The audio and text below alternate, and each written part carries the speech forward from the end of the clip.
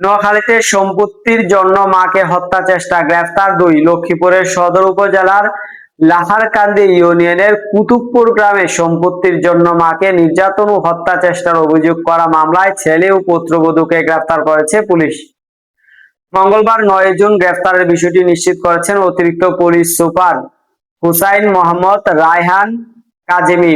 Police ও মামলা সূত্রে জানা যায় যে গত 6 জুন রাত 8টার দিকে ফুতেজা বেগমের ঘরে প্রবেশ করেন বড় ছেলে ও পুত্রবধূ মনিকা স্বপ্না। সম্পত্তির জন্য তারা ফুতেজাকে বেগমকে মারধর করেন। এক পর্যায়ে তার সম্পত্তি লিখে দেওয়ার চাপ সৃষ্টি করে গলায় ওড়না পেঁচিয়ে ফুতেজা বেগমকে হত্যার উদ্দেশ্যে শ্বাসরোধের চেষ্টা করেন। ফুতেজা বেগম চিৎকার শুনে আশেপাশের লোকজন এগিয়ে এলে উদ্ধার করে। পরে ছোট ছেলে রাকিব হোসেন আহত ফুতেজা বেগমকে লক্ষ্মীপুর সদর হাসপাতালে নিয়ে যান।